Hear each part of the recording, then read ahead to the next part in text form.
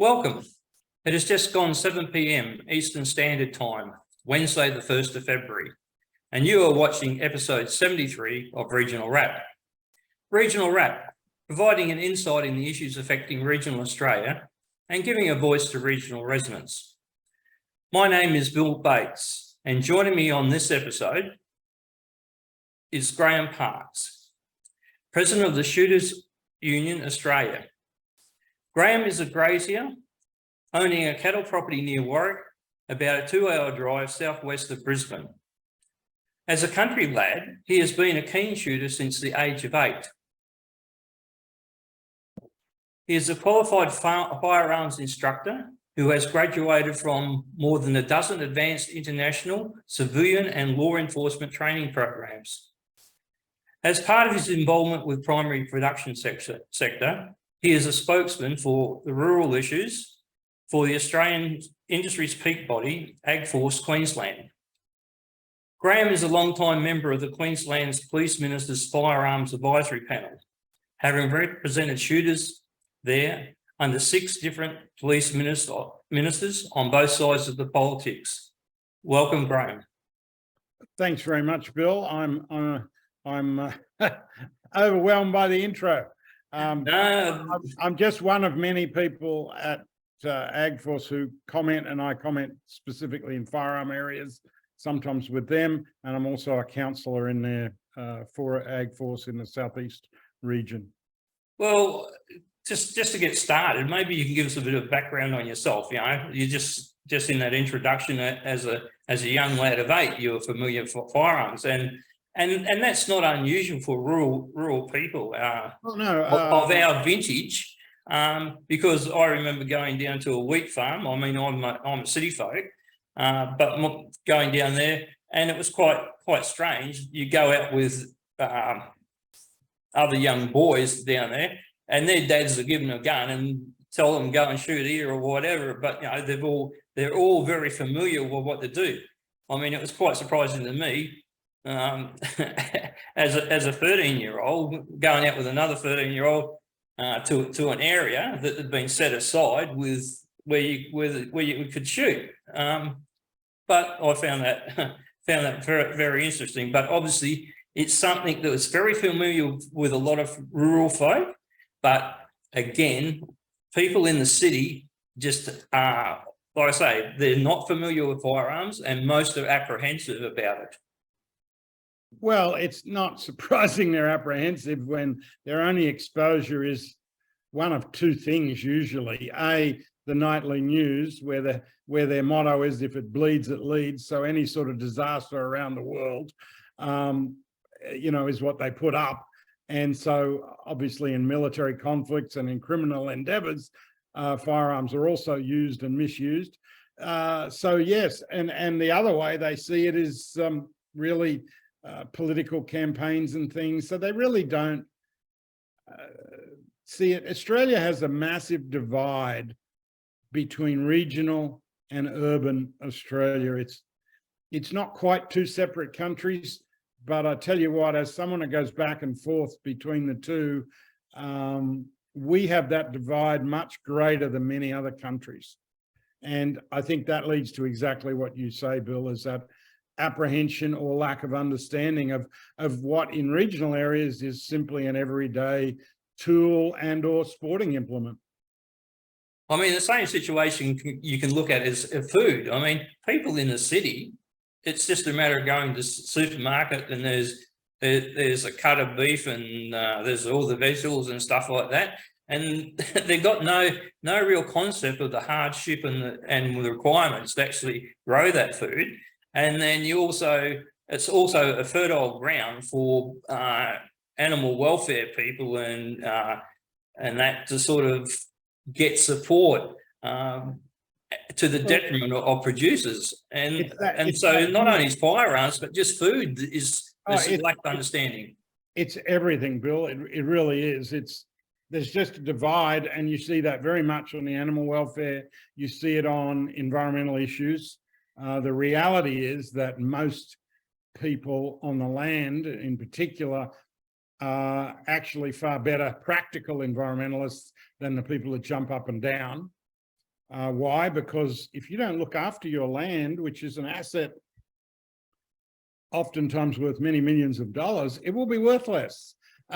So you would be a moron not to look after it and improve it for future generations. Apart from any philosophical bent, there's a pure economic margin, and the same really goes for animal welfare. I mean, rural people have a real heart for animal welfare. It's just we know that, and this is nothing to people watching you, we know that life and death happens, you know, and you've got to put stock down to prevent it suffering, and some you're going to kill, eat potentially. You're going to, life and death is right there. It's not hidden. And I think that realistic approach can come off to a urban-based person as callous simply because they don't understand it. It's not that at all. It's simply when you've got to deal with something, you can't get too bent out of shape about it all the time. So that divide is a real issue, but nowhere more, I guess, than firearms. But I'd love to see the divide diminish. The more interaction we get between urban and regional Australia, I think the better off it is for the country as a whole. Well, it could easily happen if the government's actually put money where their mouth is and saying, well, we want regional development, we want to develop Northern Australia and all those sort of things, but it's all just rhetoric. It's no delivery of infrastructure or services and that grow the region, so people will happily move there and feel that they're not missing out on anything by moving there. Well, it is interesting that the only new airport in Australia in the last 40 odd years, a commercial airport, private, was done privately by the Wagner Group, which is a family-owned business there, and was able to be put up from ground up to running in, I think, 18 or 20 months, and was profitable within the first year. And yet governments around the country can't seem to work out how to do that. So yeah, you're right. Rhetoric is a good way of putting it, I think, Bill. So actually, if you can get the Wagners interested in northern Queensland, we would be very happy if they came up here and set up shop. I think yes, I think it would be. I mean, it's quite amazing what's happened in Toowoomba with the airport. If you go to Toowoomba the last couple of years, it's expanding and becoming a real business sector around there and everything. But anyway, I'm here with Shooters Union, so you ask me whatever you'd like. Well, I'll start off firstly with why Shooters Union. Now, I'm familiar with organisations setting up as companies or limited companies or associations under the State Office of Fair Trading. Why pick the word union? The word union was picked very deliberately for two reasons, I guess, or two areas. One was we wanted to see a union in the sense of togetherness of all types of people who use firearms. We say that we represent any legitimate firearms user. So anyone that has a legitimate use for a firearm, we want to represent them. Typically in Australia, what has happened is you've had groups that represent, say, clay target shooting or pistol shooting or security guards or this or that. And whereas we take that holistic approach and we want to bring those together. The second is just like years ago when they formed the Cattlemen's Union, which was an agricultural union, we wanted to send a message out that our job was to represent those firearms users. Our job was not just to grow a big organization, but it was to represent those members and take their concerns to, whether it's to the public sphere or whether it's direct to whoever's in government of the day, or whether it's direct to regulatory authorities, that we would represent them. And that's what we try and do to the best of our ability. I'm a volunteer. All the members of our board are volunteers. We're all unpaid. We have some paid staff who do certain functions, obviously to keep membership running and support. And we have a media director and all sorts of things like that. But as far as the board itself, we're all unpaid volunteers and have been since the start of Shooters Union, whenever we started 15 plus years ago. In addition to the actual gun users, what's your engagement with suppliers and dealers and manufacturers of firearms? We work closely with industry. There's a group, an industry group in Australia called CIFA, which is Shooting Industry Foundation of Australia. They represent the largest importers, and we meet regularly with their representatives so that we understand any issues that the industry may have and that they understand any issues the users may have. We're more a user group, but we liaise with industry and we liaise with individual gun shops or others in the industry, armourers, gunsmiths, those sort of people, and we go into bat on their behalf as well. And we liaise with people like the Queensland Firearm Dealers Association and the same sort of body in each state where they have them. Some of our state representatives are in the firearms business, some are in other businesses, some are in law enforcement in their day jobs. So there's all sorts of people are represented. In regards to people who are thinking of becoming firearms users, where's the best place to start? Because I've looked at the requirements for getting a license, but before you even apply for a license, you've got to done a weapons license course or something like that before you even apply for your license. So where does a person off the street who doesn't know too much, where does he start? Well, if someone says, well, I'd like to take up shooting, or they bought a rural property and they say, I need to get a gun, probably a good place to go is the local gun shop and ask them and talk to them because they have local knowledge, everything else. But essentially, another way is obviously go to our website, which is simply shootersunion.com.au, or other associations, or go to a weapons licensing branch. Just put into Google Queensland weapons licensing. Any of those will bring up information. Sometimes the government sites are a bit overwhelming, but there's still all the information there. And there's some good little videos and things. Effectively, what you need to do is, before you do anything, you've got to go do a firearms safety course or weapons safety course. We never like the term weapons because a weapon denotes how you use something.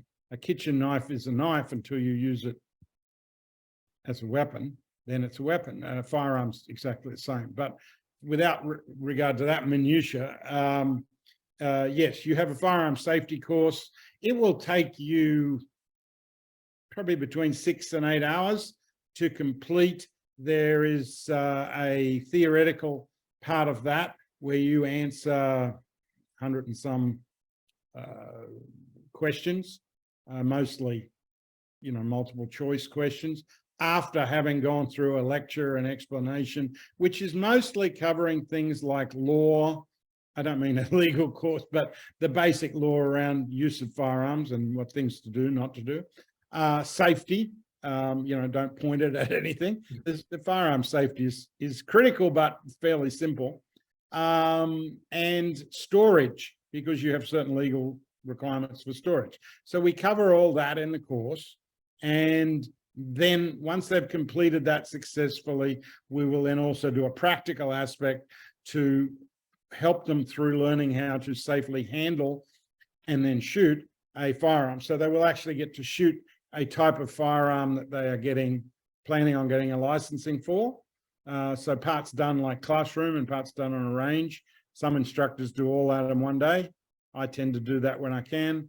Others prefer to do theoretical one time and then come back. It's really up to the instructor. there's probably about, I'd say there's probably 100, 150 instructors across the state who are authorised by the Queensland government under the Weapons Act to give these courses. And we're required to have the types of firearms they need for the category of license they want, and work with them and make sure no one gets signed off until we've gone through that course. It's a nationally recognised course, so that they can put it on their national USI, Unique Student Identifier. Anyone who's been to uni lately will know what they are. And all firearm instructors have a Cert 4 qualification. So yeah, that's your first step. Once you've done that, you will get a certificate back saying you qualified for that. You then essentially, and so that's going to cost someone somewhere between probably $150 and $200, depending on where they're doing it. You then will need to join an association. If you do not live on a rural property, you will need to join an association, or have someone who is a primary producer sign off and say, hey, I want Bill Bates to come out and shoot on my property. So you can do that, or you can join an association like Shooters Union, Sporting Shooters, Clay Target Association, one of those, your local club. You can join one of those. So once you've got that certificate, you've done the safety course and that association, which is a good thing to have, even if you don't legally need it, because they'll all generally give you $10 or $20 million worth of liability insurance, which is always nice. Then you take those two things and you go online and you begin the application process. Once you've completed that online and submitted those forms, they will send you a document that you take to your local post office, and that's where they do the 100-point ID check, like you do when you're opening a bank account or getting a passport. And they'll do that at the post office, and they'll accept those forms for your license. And then you'll sit back and wait. And unfortunately, in Queensland right now, you'll sit back and wait an awfully long time. I think it's 34 weeks. 34 weeks currently, yes. It was up to 40 some, so I guess we could be happy it's improved, but it's still, our desire is that it should be down to 30 days or less. There is no reason in a digital age why it should take any longer than that. Do you think it's part of the thing in regards to it might just make certain people just give it up or whatever? Or just... I do think there's an aspect of that. I think there are people involved in the process who are quite happy. They see delays as being something they can claim as improving safety. We would argue it probably does the exact opposite. If anything, we don't want to encourage people outside the legal system. And if you make the legal system too impractical, like for a regular person, they will go find an alternative, and maybe that alternative is down at the pub. And that's not what we want. So we work very closely with the licensing people to try and improve things. And I must say, in Queensland, they've got some new management in there that is trying, but you've also got governments that do not want to give them any funding. Then that's the first part, or the first two steps. But then if you actually want to go and purchase a firearm, that's another next step. Yes, just getting the license apparently isn't enough for the bureaucrats. On top of that, excuse my sarcasm, but it does seem ridiculous. So you've now taken 34 weeks and you've paid another couple of $100 for the license. So you're now out $300 or $400, and you haven't bought a safe yet. So that'll probably run you another $300 to $500 plus, and lots more in some cases. Then you will, so you'll need that before you go get a gun. You'll need a safe.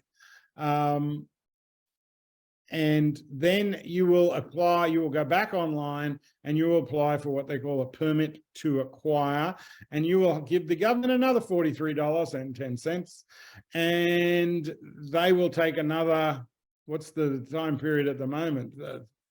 3 weeks or something? Says here 22 days. Yeah. Okay. If you're fortunate, you'll get it in 22 days. And they have speeded up. They were out at 2 or 3 months. So they've speeded that up quite a bit. Once again, we think they should be able to be done same day.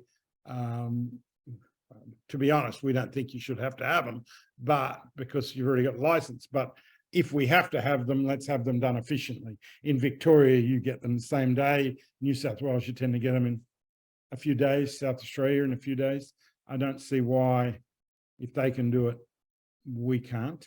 But there's no difference in regards to if you're just getting your weapons license doesn't matter what weapon whether it's handgun or long gun, that's regardless. When you go for a permit to acquire, is there any sort of reaction or difficulty compared to getting a handgun versus getting a long gun? Definitely. Firstly, it's much harder and longer to get a handgun license than a long arm license. In Queensland, well, in all states, a long arm is for the most common types is what's called category A and B, which handles all your manually operated rifles and shotguns. Manually operated meaning you have to work the action in some way to make it go bang every time. Then they have a category C, which covers pump action and semi-automatic shotguns and semi-automatic 22s.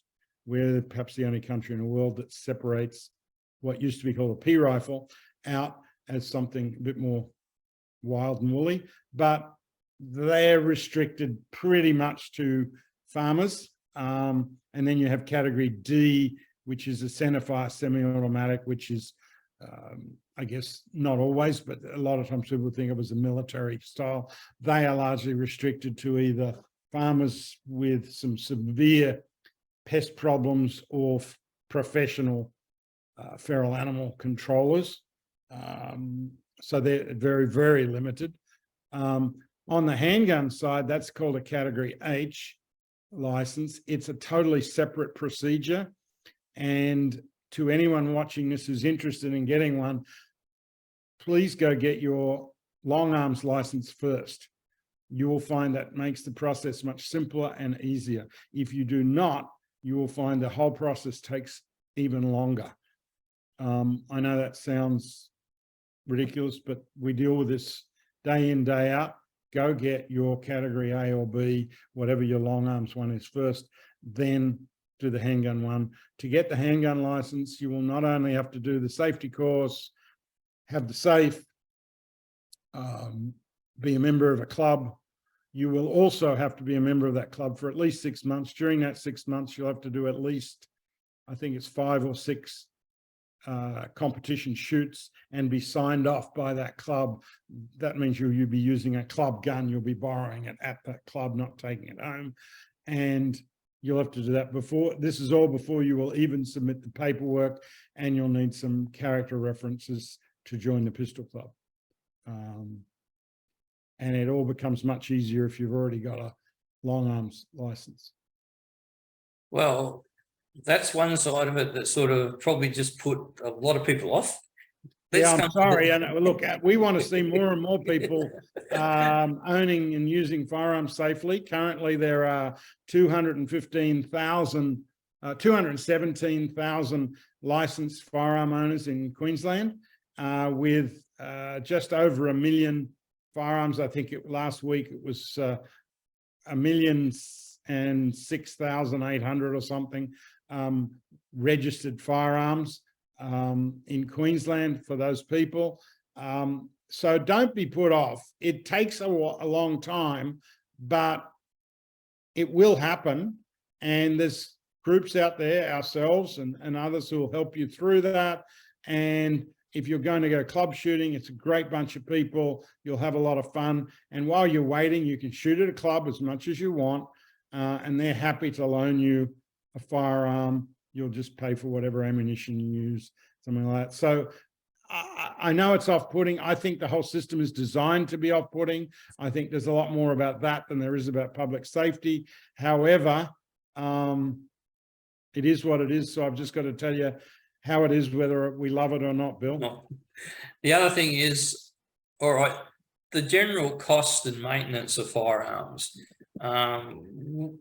because people sometimes got to, thought, oh, this is a good idea, but then when they come to the realization, oh, here's the cost, and then I've got to do this, and then I'm also expected to act in this manner. They need to make sure they've got the whole picture before they, decide to enter that fray. So for a person who starts off and goes and gets a long gun, what sort of then something that you would use at sports shooting and competitions or something like that? What's the general price line or something like that? Okay.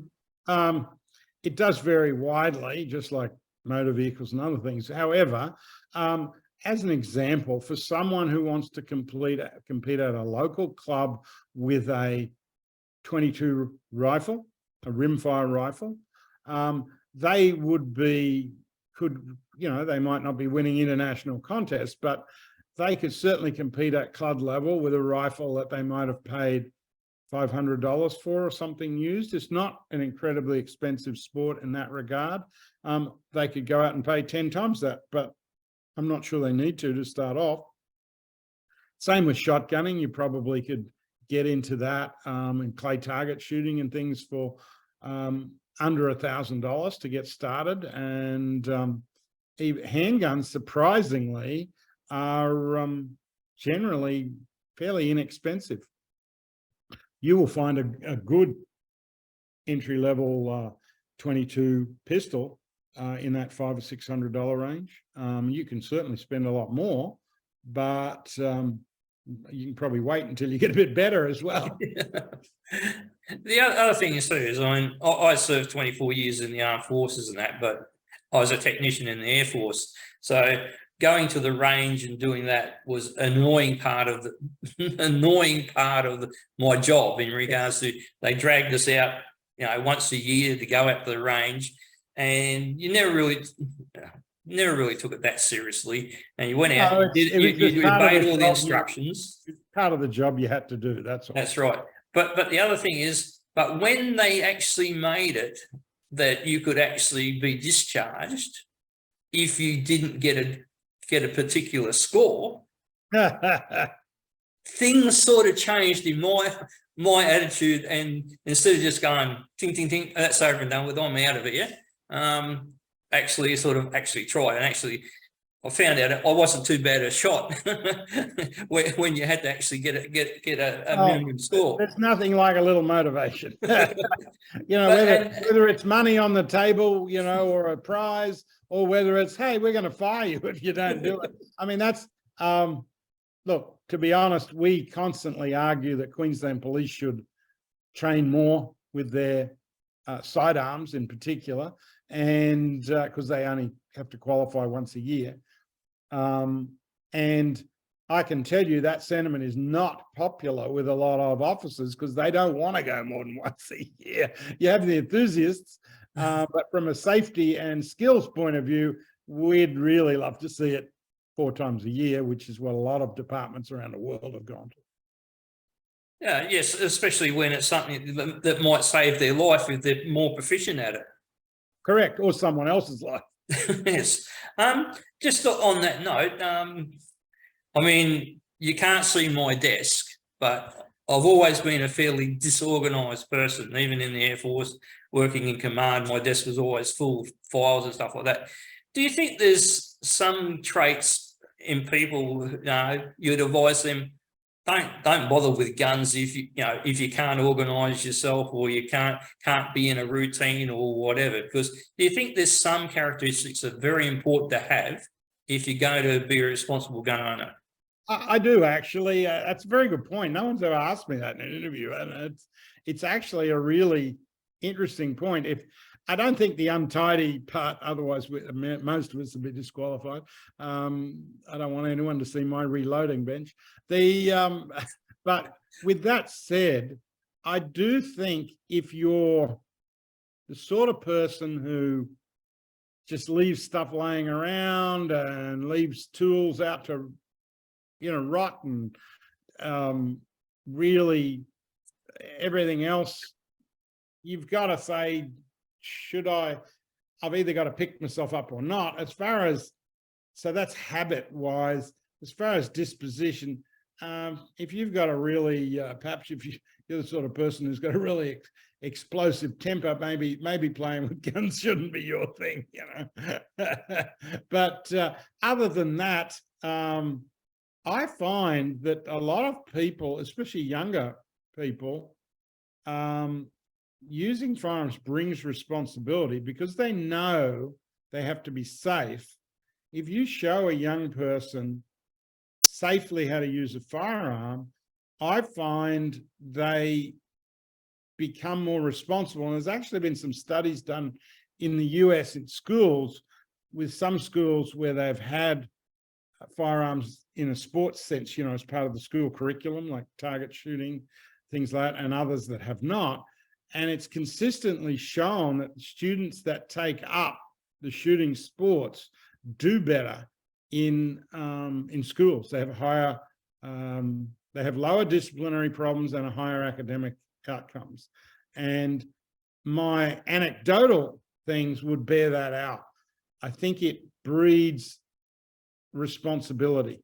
And unfortunately, we live in a society that seems to say we shouldn't have any responsibility for anything, whereas using a firearm takes responsibility, and you've got to be safe with it and responsible. And once you can be shown you can do that, it's a big step. And a lot of kids, especially in rural areas, that was a big step to them growing up, was that their parents would trust them with a firearm. I mean, I remember being the first time I was allowed, to go up the paddock on my own and do things like that and chase rabbits or whatever. That was a big deal. That was like putting on long pants sort of thing. It was responsibility. And I think kids take it seriously, but I also think adults do too. And shooting ranges are a great place for that, because they're pretty helpful. And most of them, if you commit a little breach, someone will quietly say in your ear. Commit a big one, they'll throw your ass off the range, because no one wants extra holes in them. And but I think there's a sense of responsibility around that, which is why gun ranges in general have lower liability accident insurance rates than people who play ping pong. And people laugh at that, but it's actually true, because there's so few accidents on gun ranges as to be not non-existent, but almost non-existent. It is incredibly low. So I don't know if that answers your question. Do you think sometimes too, like TV gives people a false sense of how people who own guns behave in regards to? You see movies and TV where someone gets a handgun and sticks it in the back of their pants. Well, I tell you what, I wouldn't be too keen to stick a gun down the back of my trousers or something like that, or just leaving it here or leaving it there. And I mean, we're seeing incidents where in the United States where a toddler's got hold of a loaded handgun. I mean, this is not the norm for Australian gun owners, is it? I mean, No, surely not at all. One, there's rules about it, but two, culturally, it's never really been the norm here. And I think, unfortunately, people's views are coloured by media, which is going for drama. I mean, if you've ever watched a shooting competition at the Commonwealth Games or Olympic, it's actually not one of the most exciting sports to watch. It's much more a participant sport. I mean, there's more people participate in the shooting sports than there is in golf. There's more people participate in the shooting sports than there is rugby league. I'm talking participate, not watch. So there's over 1 million Australians participate regularly with firearms. I mean, in some sort of activity. That's a lot of people. There's not 1 million people that play golf every year. So it is it's more common than people think, but coming to a match, like I've got a match on Sunday, 400-yard rifle match. If you came along and watched, it's like, well, there's a bunch of guys laying on the ground, and every once in a while, one of them makes a loud noise. And after a while, they get up and move away. And it's kind of like watching paint dry. But if you're participating, it takes incredible concentration. Now, clay target shooting is a bit more interesting because there's something flying through the sky, and with good camera work, you catch that. And hunting is certainly exciting, or feral animal control can be if a pig chases you or something. But it's not, none of them really are spectator sports. Okay, then, if we can move on to your role with the Police Minister's Advisory Panel, can you give us a bit of insight about that? Yes, in Queensland, and some other states have similar things, some don't. But in Queensland, the Police Minister, currently Mark Ryan, who has been for some time, has a Police Minister's Advisory Council, which relates to firearms-related matters. And that is a group of people it's invitation only. It's generally not based on you as an individual. It's more based on the association or your industry. So as an example, there will be some representatives from the Queensland Police Weapons Licensing, because they're administering everything. So it's obvious you want them in the room. You'll have the Queensland Police Union, a representative. You'll have Queensland Law Society. You'll have the Firearm Dealers Association representing the state industry. You'll have like Shooters Union. You'll have the Sporting Shooters Association. You'll have sometimes some of the collectors groups. You'll have the Anzac Day reenactors groups, because they use firearms in those, even though they're not necessarily shooting them at them. They do have functional firearms, so that's the regulations around that. That's a fair view of the type of people who are on it. And the numbers invited tend to vary from probably 10 to 15. You'll have homicide victims group. There's a group called Homicide Victims in Queensland. They'll come along. You'll usually have one or two academics who might be an expert on, say, domestic violence or suicide, those sort of things. And everyone gets together and discusses concerns or things that are raised by a minister. We normally meet probably maybe 4 times a year on average. There's no fixed schedule. The minister calls a meeting when he or wants a meeting, and also sometimes we'll be asked individually to provide documentation or a report on pieces of proposed legislation or an issue that they're seeing, as to why or why not we think it's an issue. So it's our chance to represent our members and all firearms owners' interests in that group. There's also a Queensland Police Services Oversight Committee, Firearms Oversight Committee. Yes. It was established in, I think, 2020. Yes. And I did notice a story not so long ago, probably 3-4 months ago. And one of the things that they raised was that the number of deaths by their officers from firearms was half of the deaths were a result of engagements with people with licensed firearms, or people with licenses firearms. Well, I would do they run parallel now to the minister's? No, and I'm not really sure which group you're referring to. I mean, there's an informal group, but so I'm not. I've heard the term. I've seen those, that what I think is a fallacious statement. I think that's come out of some areas from the anti-firearms side. Some of those will be at those ministers' advisory meetings too. Here's the reality is that across Australia, acts of violence, be it a robbery or murder or whatever, using a firearm, 95% approximately are committed by people who don't have a firearms license. And I mean, we saw this just recently, Queensland at the William Villa murders. None of those people had a firearms license. One previously had one, or two actually had previously had one. One, it had been taken away from him many, many years ago, obviously for good reason.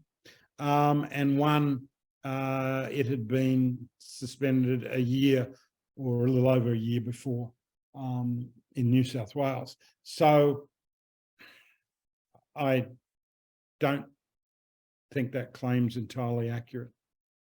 The other thing is too is the world is generally a more dangerous place these days anyway for police, and domestic violence is really ratcheted up to a level unfathomable from my younger generation. I mean, most of this experience in our home lives, mum and dad having a blue or something like that, and them chucking a wobbly with each other or whatever.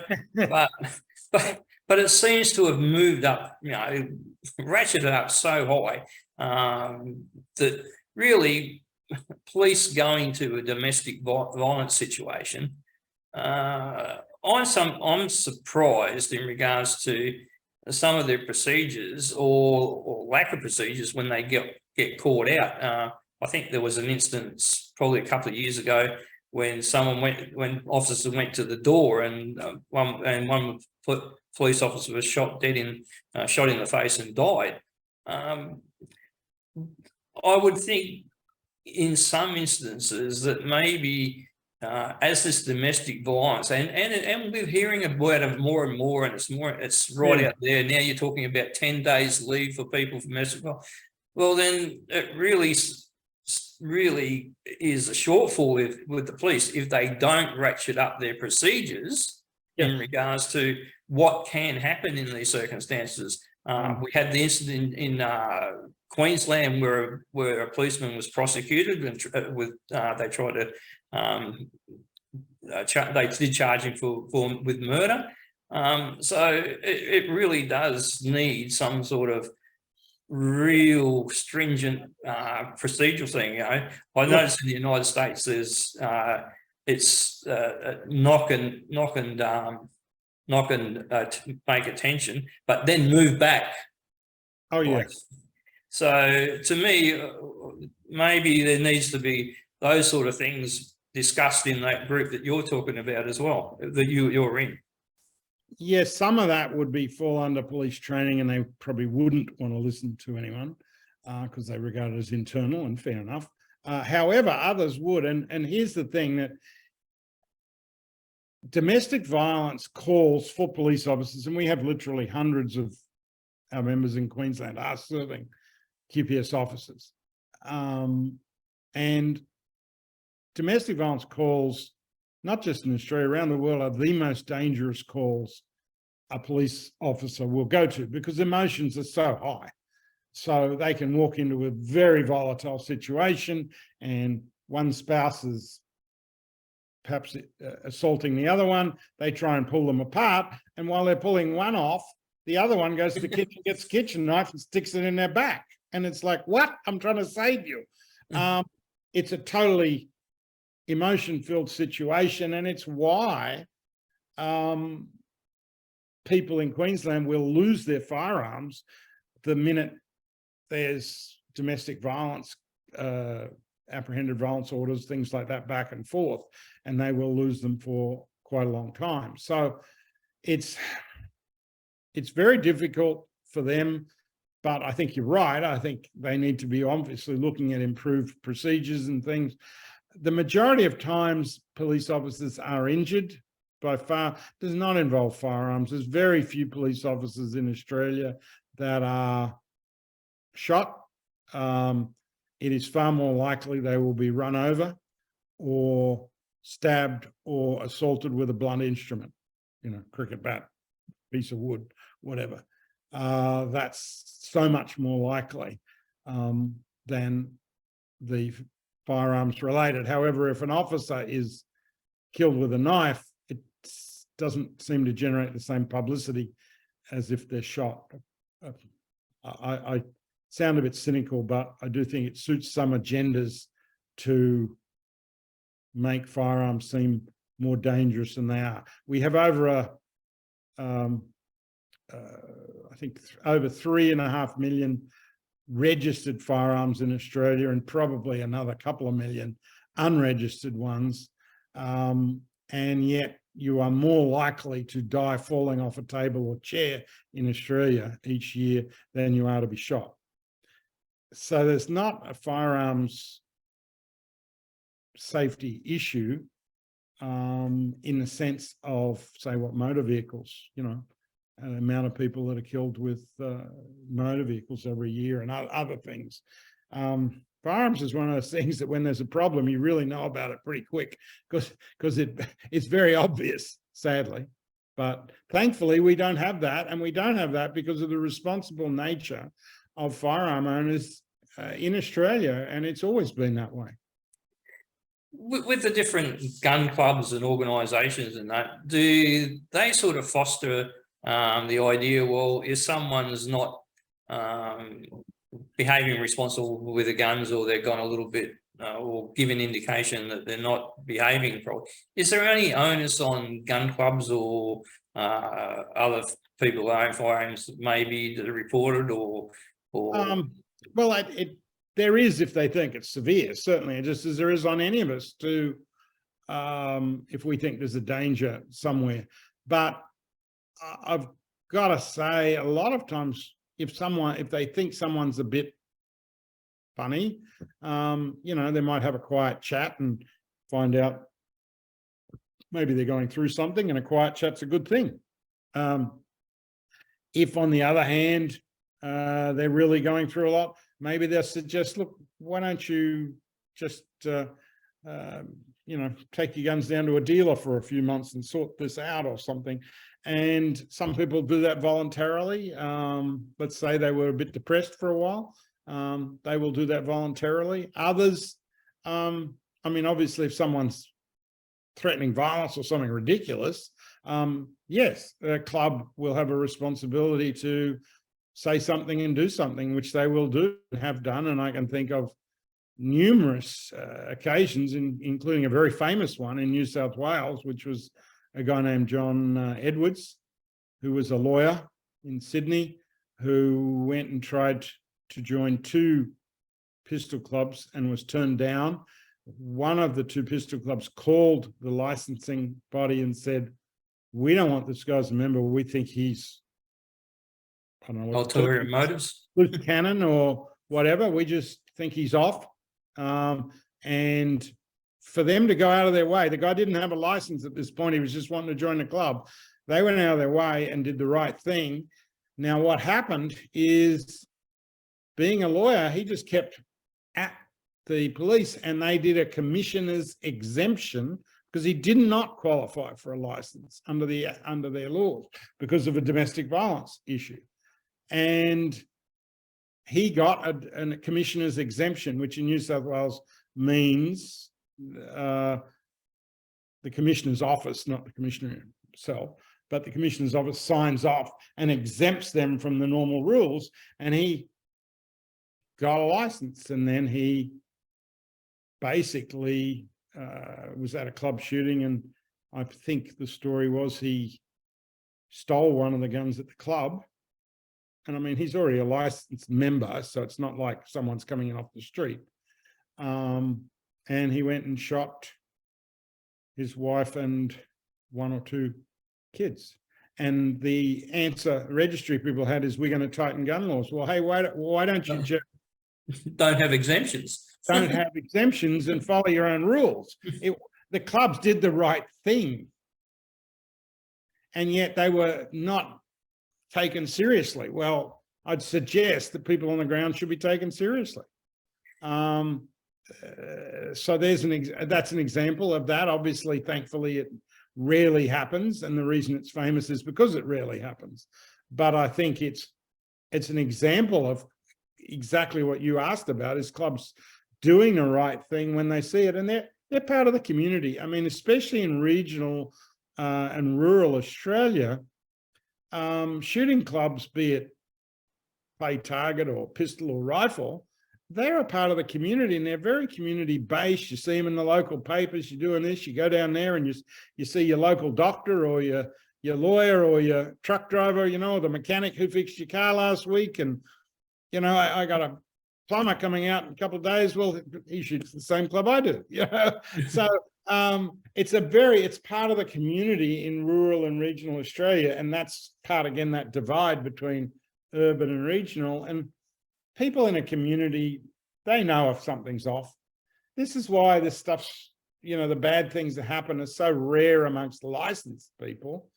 One of our members, who was a senior sergeant before he retired, he said in 20 years running a police station in a country town, he said the one group of people I never had to worry about was the ones that had the gun license.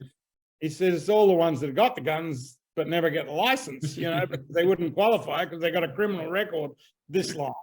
You know, they're the ones you worry about. I think the other thing is the fact that if you're a firearms owner and you belong to a club and you regularly shoot and mix and that, people probably get a feel for each other when they're, you know, something's not quite right or anything. So there's that camaraderie to sort of, well, let's have a look at this and have a discussion or whatever. So that probably nips a lot of things in the bud. It really does. And people those sort of people don't want to hang around that, you know, that if they got bad intent, they tend to, people know, I mean, you can just tell, you know, it's not the sort of people you want to be around or whatever. And a lot of that gets picked up in the licensing process anyway, so they don't get there. And, you know, it just doesn't tend to, the clubs do a very good job of picking that up, informally and formally. Just touching on another thing, you said that the police only sort of go to the range once a year or something like that, and you think they should go more. We also have the situation when people leave the defence forces, and some are well trained in weapons, and that's because it's their core part of their job. And there's other people like myself who are familiar enough with them, but, you know, take it or leave it sort of thing. But do you think, you know, as part of the skill base for a nation in regards to self-protection, that when people leave the armed services, it would be a good thing if there was some sort of allowance paid to them to keep their uniform intact and that, and then part of that would be, say, to fund storage, buying a weapon, and range use at least 3 or 4 times a year. And because we were most of us too young when we had the Brisbane line, but I just think really it's something people in the military acquire, and it should be something that stays as a useful asset to the country after they leave the service. I think you make an excellent point, and especially the age we live in. I mean, we're living in an age where we are under threat as a nation, literally more than we've been at any time since World War II. And in a very, very big way, we hear it every day in the news, you know, about, you know, major countries up north that may want to look at us, and the governments of both sides jump up and down and say, we're not going to kowtow to them or do this or that.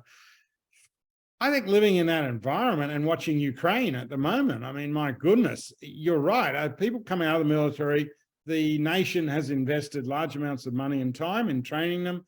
It would seem a very good idea to follow, let's say someone comes out of the military at 30 or 35 after doing a few years, that they be able to continue an association with the military on a limited basis, like a reserve or where there's some training, until they're, say, 60 years old, which does happen in Scandinavian countries and Switzerland. The Scandinavian countries are very big on that. The Swiss obviously are famous for it. But to keep their skills up, like you say, they can go down, perhaps they get a small allowance or a tax break or something if they keep their uniform and their kit up, and they show up at range 3 or 4 times a year and have a bit of a fun time, a little bit of a competition, and keep the skill base up. I think it's a brilliant idea. And for a country like Australia, it could be critical in coming years. Yes, because I find it sort of a little bit alarming that sort of if anything, if the balloon did go up at that, with all due, I did serve in the military and that, and all due respect to the military, but our armed forces in the real world probably wouldn't last that long. Australia's only got 19 days of fuel anyway. So we're not going to serve a long engagement. But I think it would be a shame if something happened and then the public couldn't put up a resistance or wanted to make a decision that they're going to not go quietly into the night. There used to be the National Defence Act that created like the National Rifle Association here, no relationship to the one in the US, but that was actually created by the government for the defence. And it was to encourage people to have skills at arms, you know, with firearms. It's not your normal sporting sense. However, it has a sporting aspect because people get involved and they love competition. It's just human nature. And so they get involved. And I think the more of that, the better. I mean, whether it's cadets in schools, whether it's after that, whether it's encouraging people into the reserves, whether it's just some sort of system that encourages to learn those skills. Because as we're seeing right now in Ukraine on a daily basis, without their citizenry out there alongside their military, Russia would have walked all over them already. And that's one thing about the United States. If the military was ever to fail, there's probably a force of 24 or 25 million people who have got loads of weapons and could mount a resistance. There are 5 million people who've been in ex-military people in the US just since the first Gulf War, I think it is, who've gone through the process in the United States. Every one of those has had training. They actually do have a process where they can call you back up for so many years after you leave the military there, especially officers, because of the expertise issue. However, yeah, I think it is becoming more of a thing around the world. Unfortunately, in Australia, you're touching on some areas that a lot of people don't want to comment on because people jump up and down and say, oh, you're being some radical that the Bushies are going to save this. No, it's not at all. It's simply saying that we live in a very unstable world, and whilst for the most part in Australia, firearms are used for sporting and fun, certainly me being in a rural setting, I use them certainly several times a week for feral animal control or putting down injured stock and things like that. So I use them in perhaps the less pleasant circumstances, but it's common. If you're a police officer, you're carrying it every day. You're not using it in the sense of pulling it out, but you're dragging it, lugging it around. If you're a security guard, you are too. And realistically, in that unstable world, surely the more responsible, well-trained people we have, the better we are and the better we could serve the country if needed. And I don't mean a dad's army, but we don't know what could happen. And even if it's just off-putting to anyone to that side of things, but we certainly we want to see the growth of firearms as a sport. And the more there is of that, well, I guess it has side benefits that if people need to go into the military, they've at least had some training with firearms. Historically, some of the most decorated soldiers have actually been rural people who grew up around firearms, so it wasn't a big leap for them in that area. Just touching on something you said there about feral animals, you don't happen to live near a state forest or something where all the feral animals come out of? Yes, as a national park, about 8 kilometers, 10 kilometers away, probably 10 away. And certainly we get a lot of wild dogs and pigs coming out of that. And unfortunately, national parks seem not to be as focused as they used to be on controlling the feral animals within their borders. They obviously, those same feral animals don't stop at the border. They don't look at the sign and say entering private property and stop. You know, they keep coming. And you know, we face the issue of calves being attacked by wild dogs, and we face the issue of pigs bringing disease and tearing up countryside and scaring stock off waters and everything else. So it's common for everyone, and it's not just near a national forest or national park, but it is generally worse for those people close to them. Yes, because it just surprises me is the general lack of proactivism in regards to acting on feral animals. We're up here in the tropics, of course, feral pigs are a big problem, and they get, you know, they sit in the, they sort of breed in the national park and then come to the cane fields. But we've got a situation here where they're actually coming into the suburbs, and that is a recipe for disaster, because a feral pig doesn't know much about the difference between something it eats as a small child versus a rodent or something like that. You know, it doesn't care. It scares the bejesus out of me, this lack of. They're also a wild animal that is of size and has sharp tusks, and if cornered inadvertently, you know, you got one in your yard or something and you walk out there and it feels threatened, could very well injure you severely, and people are injured severely by them. So yeah, it's a big issue. Australia has had an explosion in feral animals. The estimate from a number of years ago, when I was at a conference with the national farmers, was $100 million a year worth of environmental damage by feral animals. That did not include damage by kangaroos, emus, that sort of thing, in areas where they've overbred. But that was just ferals. Now, that was a long time ago. I would estimate, you know, it's a lot more than that today, but that's a lot of money. And then you've got the loss in crops. I was out on a property recently that a mate of mine has out in West Queensland, and he said to me that he'd lost $50,000 off his wheat crop in less than 6 days from pigs.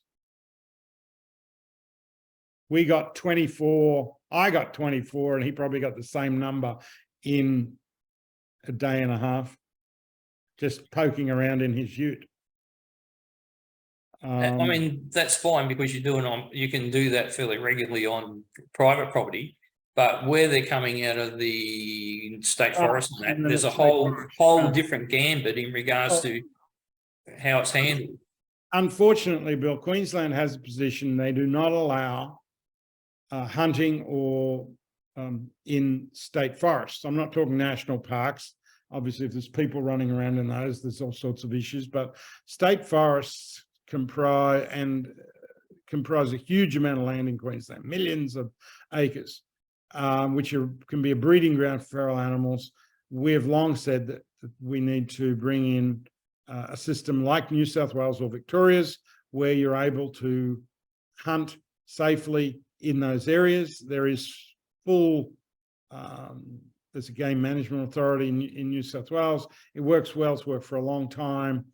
You get what's called a Category R license, which enables you to do that. You put in for a certain area, they block that area off to other people at those times.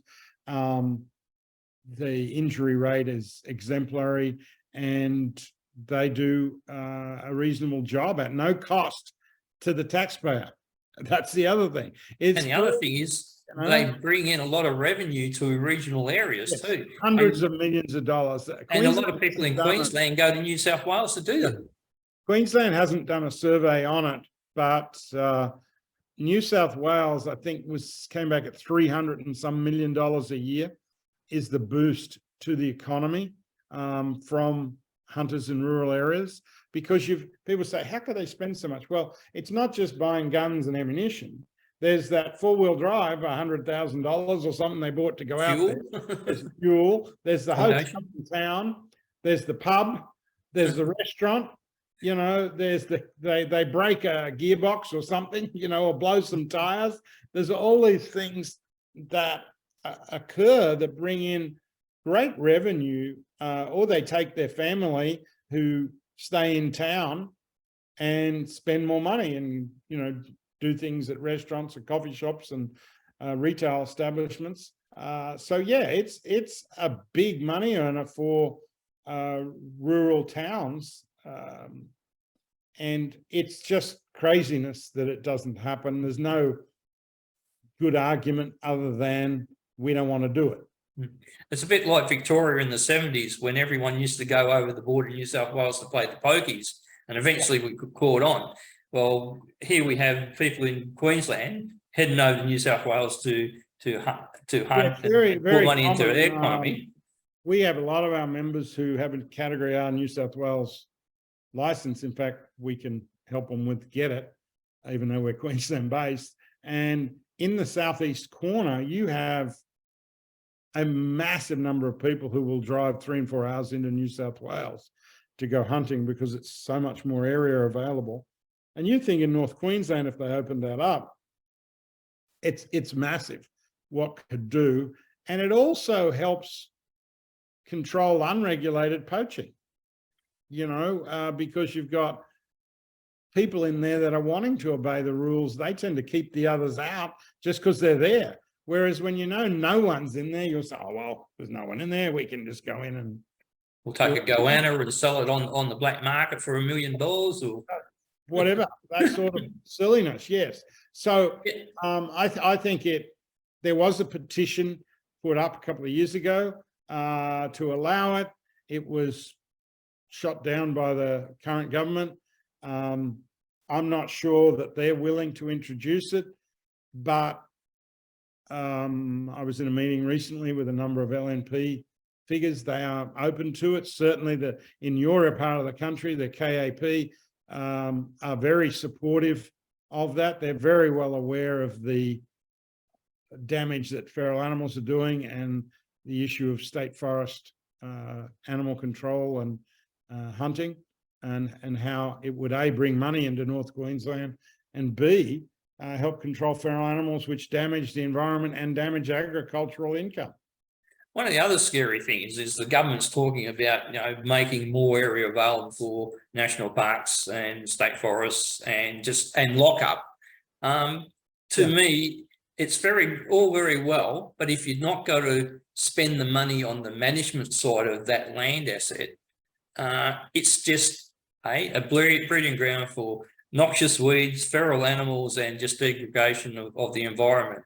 So yes, you get the kudos of we're making more of this land sort of untouched by humans or whatever, but it's just going to be degraded land. And that's happening all over the state more and more. I mean, they love to have an announcement well, we've got this area for national parks, aren't we wonderful? And then you go, well, actually what you've got is a breeding ground for noxious weeds and feral animals, because they do not give the budgets to those national parks or state forests, rangers or people on the ground, authorities, to do anything. They just don't have, they got offices full of people in Brisbane and Toowoomba and Townsville, all looking at each other saying, aren't we great? With their little government shirt on saying national parks or whatever, but the rangers out on the ground have got 3/5 of bugger all funding to do anything about it. And if you talk to any landholder that lives next to one of those places, they know what I'm talking about. Because it's not that the rangers aren't trying to do the right thing. And you've also got an anti-gun agenda within national parks in Queensland that is actively taking firearms away from rangers as we speak. Well, I suppose that's because they come from Brisbane. Well, there is a lot of that, at least it's headquartered there. But there's people in there that have an agenda. They get university degrees in whatever, but they've never actually been out and around, and they think a ranger's job is to fill out reports for Brisbane instead of being out there every day looking after the land, as they should, as custodians, because they're effectively a custodian for the Queensland people in looking after that land. And one of their effective ways, they're going to need to be out there trapping pigs, shooting pigs and other ferals, and killing off noxious, imported weeds, lantana, other things that shouldn't be there. If they want to return it to a pristine environment, Australian environment, you got to do some work to do that. You can't sit on your But these people have been raised in Brisbane, gone to a nice university, and are sitting in a nice air-conditioned office. They don't want to go up into the bush where it's hot and sticky. They don't need to. They just need to let the real rangers who are on the ground do their job and stop being little snowflakes that have a fit about them having a firearm. National parks has recently taken away, things like pump shotguns from the rangers because, they might be dangerous. Well, any firearm can be dangerous in the wrong hands. So one assumes that a park ranger who is effectively under Queensland law, a law enforcement officer as well within that national park, they have certain powers of arrest and other things. One would think they're a responsible person, and as part of their job is to look after it. I would suggest that national parks should provide them with the right tools, i.e. firearms, to do that role. And we get constant complaints from rangers around this country, around this state, about this issue. They are so frustrated. They can't even get a budget for any ammunition. They can't get budgets for this. They can't get budgets for that. And they're constantly saying, you don't really need to have a firearm there. They just need to put the words somewhere in their application, climate change, and I think they'll probably get a bit more boost into just work climate change into the narrative or title, and I think they might be better off. A whole nother subject, but I wouldn't argue too much with you that there are certainly in that environment people that feel that way. But yeah, it's part of that. There is, when we take it to firearm, there is that sense from bureaucrats and administrators that guns are bad, people shouldn't have guns, and we go from there. Whereas guns are no different than motor cars or chainsaws. They can be good or they can be bad, depending how you use or misuse them. Well, Graham, we've ticked over the hour. Well, truly. I'd like to thank you for your time, and I hope you enjoyed the chat. But if you just want to wrap up in regards to who you sort of might encourage to become or approach for shooters, and also just touch on again the role of the Shooters Union. Okay, Shooters Union, we've been going, I think, 15 or 17 years in Queensland. We would be definitely the second largest shooting organisation in Queensland and the second largest nationally, because we do operate in every state, but we're talking more Queensland this evening. We provide our members with support in many ways, be that advice and help with getting their license, be that support in the way of every member gets $20 million liability insurance, instructors to help them get training, lobbying with politicians and police and things like that on if you've got an issue. And also we help if you do have an issue with the bureaucracy, that we provide. We actually, even though it's only $48 a year for membership, which gives you the insurance and everything, we actually say if you have to go to QCAT, which is the appeals process, Queensland Administrative Tribunal, if you've got to go to that to appeal a decision, we actually pay your fee to put your appeal in, which is about 4 times your membership. It's just under $200, I think. So we offer pretty good value for people on those things, and we don't mind what your interest is in firearms, be it you have a legitimate interest in firearms, be it a collector, a sports shooting, target shooting, hunting, feral animal control. In fact, our occupational shooting director is based in North Queensland. He has a feral animal business up there that employs a number of people.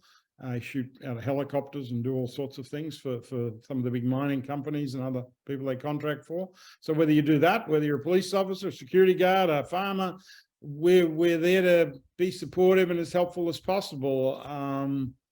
That's what we do. We encourage anyone with an interest in firearms to look at joining us. And even if you're not a member, if you need some guidance, give our office a call.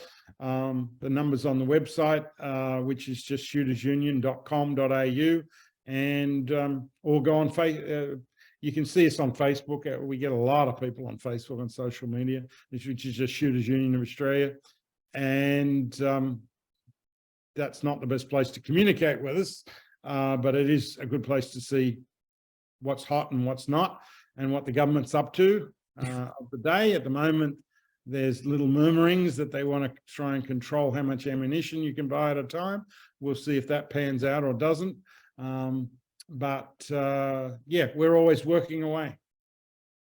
Okay then, Graham, if you could just stay on the line, I'll just introduce the next episode of Regional Wrap and we'll have a quick chat after.